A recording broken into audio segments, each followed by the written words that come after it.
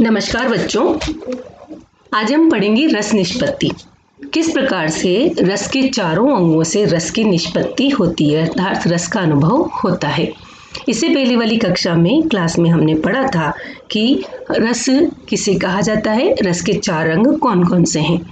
काव्य से प्राप्त आनंद को ही रस कहा जाता है और रस के चार अंग हैं, स्थायी भाव, विभाव, अनुभाव और संचारी भाव। आज हम पढ़ेंगे कि इनसे रस की निष्पत्ति किस प्रकार होती है। उससे पहले हम जानेंगे कि स्थायी भाव कौन कौन से हैं और कौन से स्थायी भाव से कौन सा रस पूर्ण होता है या निर्मित होता है। तो जिस प्रकार रति है, रति स्थायी भाव है, उससे श्रृंगार रस बनता है। हास्य स्थायी भाव है, उससे हास्य। शोक स्थायी भाव से करुण रस, क्रोध से रौद्र रस, उत्साह से वीर रस, भय से भयानक रस, जुगुप्सा से विभत्स रस, निर्वेद से शांत रस, विस्मय से अद्भुत रस का निर्माण होता है। हृदय के स्थायी भाव का जब विभाव, अनुभाव और संचारी भाव से संयोग होता है, अर्थात वे एक दूसरे से मिलजुल जाते हैं, तब रस की निष्पत्ति होती है। स्थायी भाव जो भी हमने बताया 8-9 स्थायी भाव है मुख्य रूप से। उन स्थायी भाव से जब विभाव अर्थात स्थायी भाव को जगाने के कारण, अनुभाव स्थायी भाव के जागने के बाद जो भी चेष्टाएं होती हैं, क्रियाएं होती हैं, उन्हें अनुभाव कहा जाता है। और जब चेष्टाओं के बाद जो भाव आते जाते रहते हैं, बार बार आते हैं, उन्हें संचारी भाव कहते हैं। और इन सब के मिल जाने पर रस की निष्पत्ति होती है। अब है रस के भेद। किस प्रकार से स्थायी भाव से रस निर्माण होता है वो हम पढ़ेंगे। रस के भेद हैं श्रृंगार रस। श्रृंगार रस का आधार स्त्री पुरुष का सहज आकर्षण है। जैसा हमने देखा था, श्रृंगार रस रति स्थायी भाव से निर्मित होता है। स्त्री पुरुष में सहज रूप से विद्यमान रति नामक स्थायी भाव विभाव, अनुभाव और संचारी भाव के संयोग से आनंद लेने योग्य हो जाता है, तब इसे श्रृंगार रस कहते हैं। जैसे कि अनुभूतियों के आधार पर श्रृंगार रस के दो भेद बताए पहले इन्होंने, जैसे कि संयोग श्रृंगार रस और वियोग श्रृंगार रस। संयोग श्रृंगार रस जिसे कि काव्य में या अन्यत्र जब नायक नायिका के मिलन का वर्णन होता है, तब वहाँ संयोग श्रृंगार रस होता है। जैसे वर्षा ऋतु में रात्रि के समय बिजली चमक रही है, बादल बरस रहे हैं, दादू मोर की आवाज सुनाई दे रही है, पद्मावती अपने प्रीतम के संग जागती हुई वर्षा का आनंद ले रही है और बादलों की गर्जना सुनकर चौंक कर प्रीतम के सीने से लग जाती है। यह संयोग श्रृंगार का वर्णन है। देखो, पद्मावती चाहत ऋतु पाई, गगन सुहावन भूमि सुहाई, चमक बीजू बरसे जग सोना, दादुर मोर सबद सुटेलौना, रंग राती प्रीतम संग जागी, गरजे गगन चाकी उड़ लागी, शीतल बूंद ऊंच चौपारा, हरिहर सब देखा ही संसारा। मलिक मोहम्मद जैसी की रचना पद्मावत से लिया गया है।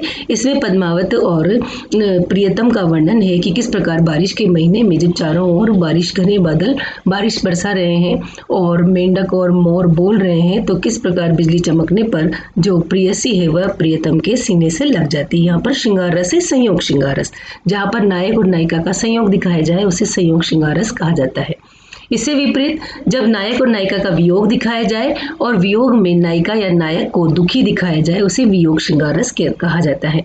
जैसे वियोग श्रृंगार रस से बिछड़कर वियोग अवस्था में दिन बिता रहे नायक नायिका की अवस्था का वर्णन होता है। जैसे तब वियोग श्रृंगार होगा, जैसे मन मोहन ते बिछुरी जब सो, तन आसन सो सदा धोवती है, हरिश्चंद्र जू प्रेम के फंदपुरी, कुल की कुल लाज ही खोवती है, दुख के दिन को भांति बीते, विरह आगम संग संजीवती है, हम ही अपनी दशा जाने सखी, निसी सोबती है किंधो रोबती है। भारतेंदु हरिश्चंद्र की रचना है। इसमें यहाँ पर स्थायी भाव रति है, विरहणी नायिका आश्रय तथा उसका प्रिय मनमोहन आलम्बन है। हमने पढ़ा था आश्रय विभाव और उद्दीपन विभाव, यह आलम्बन विभाव है। इसमें जो आश्रय का आलम्बन विभाव का एक भेद था आश्रय, तो यहाँ नायिका स्वयं आश्रय है और जो प्रिय है वह आलम्बन है। विभाव मिलन के सुखद दिन तथा संचारी भाव पूर्व मिलन की यादें, दुख आदि जिनके संयोग से वियोग श्रृंगार की रस की अनुभूति हो रही है। मतलब यहाँ पर ये बताया गया है कि किस प्रकार से जब वह दोनों साथ रहते थे तब की कौन सी यादें हैं जो उन्हें अभी दुखी कर रही है। वो दोनों अलग अलग हैं, नायक नायिका दूर दूर हैं और वह किस प्रकार से उस प्रेम को याद करके दुखी हो रहे हैं। इसके बाद है हास्य रस। हास्य रस जैसा हमने पहले पढ़ा कि हास्य रस का जो स्थायी भाव है वह है हास। किसी विचित्र वस्तु को देख लेने पर, व्यक्ति को देख लेने पर, आकृति को देख लेने पर या वेशभूषा, असंगत क्रिया विचार को देख लेने पर, व्यवहार को देखने पर विनोद का भाव जब संचारित होता है तो उसे हास्य कहते हैं। हास्य के परिपुष्ट होने पर हास्य रस की उत्पत्ति होती है। जो हास्य स्थायी भाव है उसके परिपुष्ट होने पर, मतलब इन सब विभाव अनुभवों को देखने पर या इन सब परिस्थितियों के उत्पन्न होने पर जो रस बनता है उसे हास्य रस के रूप में जाना जाता है। जैसे श्री राम लक्ष्मण के वन गमन के समय उनके पैरों की रज्जू कर शिला बन चुकी अहिल्या जीवित हो उठी। यह समाचार सुनते ही विंध्याचल पर्वत पर रहने वाले मुनिगण बड़े खुश हुए कि यहाँ की अब सभी शिलाएं नारी बन जाएंगी। जब गौतम की पत्नी जो अहिल्या थी वह राम के पैरों से छू करके और चट्टान जो उनको श्राप मिला था गौतम का, वह वापस स्त्री रूप में आ जाती हैं, तो वह खबर सुन करके सारे विंध्याचल पर्वत की जो शिलाओं पर तपस्या करने वाले योग मुनि थे वह प्रसन्न होते हैं। तो यहाँ पर एक तरह से हास्य बताया गया है किस तरीके से विंध्य के बासी उदासी तपिवृत धारी नारी बिना मुनि महा दुखारे, गौतम तीय तरी तुलसी सो कथा सुनी भय मुनिवृंद सुखारे। हवे है सीला सब चंद्रमुखी पर से प्रभु के पंद कच तिहारे, कीने भली रघुनायक जो करुणा कारे कानन के पगधारे। कि उन्होंने भगवान ने इतनी अच्छी कृपा करी है कि उन्होंने हम पर कृपा करके करुणा करके दया करके और इस जंगल में पदार्पण किया है कि अब जो भी शिलाएं हैं वह सब स्त्री रूप में सुंदर सुंदर स्त्रियां बन जाएंगी। यहाँ विंध्याचल पर तपस्या करने वाले ऋषि मुनि आश्रय हैं, राम यहाँ पर आलंबन है। शिलाओं का पत्थर बनने की खबर सुनना विभाव और प्रसन्न होना, राम के वन आगमन को अच्छा समझना संचारी भाव है।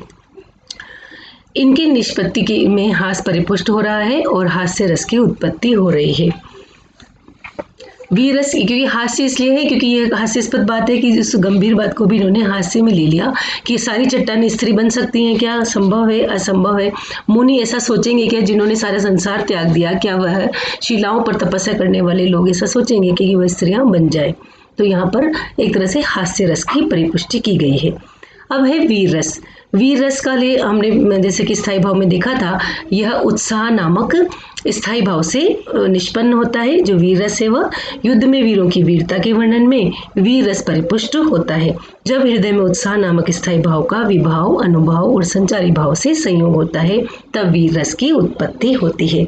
जैसे यहाँ पर है कि जब युद्ध करते हुए अर्जुन बहुत दूर चले गए तो कौरवों ने सोचा कि इनकी सेना को नष्ट कर दिया जाए और उन्होंने एक व्यू चक्र की रचना की। व्यू चक्र को केवल या तो अर्जुन जानते थे या फिर अभिमन्यु जो कि आधा ही जानता था। अब अर्जुन बहुत दूर जा चुके हैं, अब अभिमन्यु ही वहाँ पर उपस्थित योद्धाओं में से एक योद्धा था जो कि उसके बारे में थोड़ा कुछ जानता था। तो अभिमन्यु कहता है कि मुझे डर नहीं, मुझे कोई छोटा न समझो और मैं इस व्यू को तोड़ूंगा भले ही मैं मर जाऊं। तो यहाँ पर उसकी बात ही क्या है जो हमारे हृदय में उत्साह को जगाता है। उत्साह नामक स्थायी भाव जो सबके हृदय में विद्यमान है, पर इन पंक्तियों को सुन करके उसके मन में उत्साह जागृत होता है, इसलिए वीर रस की परिपुष्टि करता है। क्या कहता है अभिमन्यु, हे सारथे हे द्रोण क्या देवेंद्र भी आकर अड़े, हे खेल क्षत्रिय बालकों का व्यू भेदन कर लड़े। मैं सत्य कहता हूँ सखे सुकुमार मत जानो मुझे, यमराज से भी युद्ध में प्रस्तुत सदा मानो मुझे। यहाँ पर वो कहते हैं अभिमन्यु कि मुझे डर नहीं है, मुझे कोई छोटा बच्चा मत समझो। यहाँ पर द्रोण तो क्या स्वयं इंद्र आकर भी मुझसे लड़े तो मैं व्यू रचना को छेद दूंगा। यहाँ पर आश्रय स्वयं अभिमन्यु है, आलंबन कौरव पक्ष के वीर और उनके द्वारा रचित चक्रव्यूह है। उसकी वजह से ही यह आलंबन है, उसकी पर यह आधारित है। यह रस उत्साह जो स्थायी भाव है, उनकी ललकार सुनकर भुजाएं फड़कना, वचन देना, उत्साहित होना, विभाव तथा रण क्षेत्र में जाने को तत्पर होना, रोमांच उत्सुकता उग्रता संचारी भाव तथा वीर रस की निष्पत्ति हुई है। आगे है रौद्र रस। रौद्र रस का जो स्थायी भाव है वह क्रोध है। क्रोध की अधिकता से उत्पन्न इंद्रियों की प्रबलता को रौद्र कहते हैं। जब इस क्रोध का मेल विभाव अनुभव और संचारी भाव से होता है तब रौद्र रस की निष्पत्ति होती है। उदाहरण के लिए जैसे सीता स्वयंवर के अवसर पर जब धनुष भंग हो जाता है तो परशुराम वहां पर आते हैं और वह बहुत अधिक क्रोधित होते हैं और जब उनका सामना लक्ष्मण से होता है, लक्ष्मण उनके वाद प्रतिवाद करता है तो वह और अधिक नाराज हो जाते हैं। तो क्या कहते हैं क्रोधित होते हुए, अब जनि देई दोसु मोहि लोगो कटुवादी बालक वध जोगु, कि ये जो कड़वा बोलने वाला बालक है ये मारने के योग्य है, इसलिए अब मुझे कोई भी दोष नहीं देगा। बाल विलो की बहुत में बांचा अब येहू मरण हारा भाषाचा। ये सच है कि ये मरने वाला है, मैंने बालक समझ करके इसे बहुत बचाया। खर कुठार में अकरुण को ही आगे अपराधी गुरुद्रोही। कहते हैं कि ये खर जो कुठार है मेरे पास, ये बहुत अधिक दुष्ट है, मतलब ये करुणा नहीं, और जो मैं हूँ मैं बहुत अधिक क्रोधी स्वभाव का व्यक्ति हूँ, और मेरा जो कुठार परसा है वो बहुत अधिक दुष्ट है। आगे अपराधी गुरुद्रोही और मेरे सामने गुरु का द्रोह, क्योंकि इन्होंने पिनाक धनुष का भेदन किया है, गुरुद्रोही खड़ा है, तो मैं क्यों अपने आप को रोकूं। उत्तर दे छाड़े बिनु मारे, केवल कौशिक शील तुम्हारे। फिर विश्वामित्र से कहते हैं, विश्वामित्र तुम्हारी शीलता के कारण इस बालक को उत्तर देने के बावजूद भी मैं छोड़ता रहा।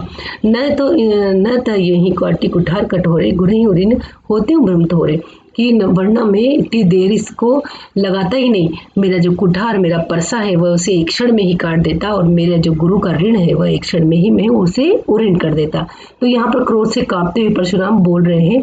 तो क्रोध या जो रौद्र रस है उसका स्थायी भाव है, और रौद्र रस की यहाँ पर निष्पत्ति हो रही है। देखो यहाँ स्थायी भाव क्रोध है, आश्रय है परशुराम जिनमें यह उत्पन्न होता है, आलम्बन कटुवादी लक्ष्मण है, एवं परशुराम का कठोर वचन उच्चारण अनुभाव है, एवं आवेग उग्रता चपलता आदि संचारी भाव जो आते जाते रहते हैं वह संचारी भाव, इनके संयोग से रौद्र रस की निष्पत्ति होती है।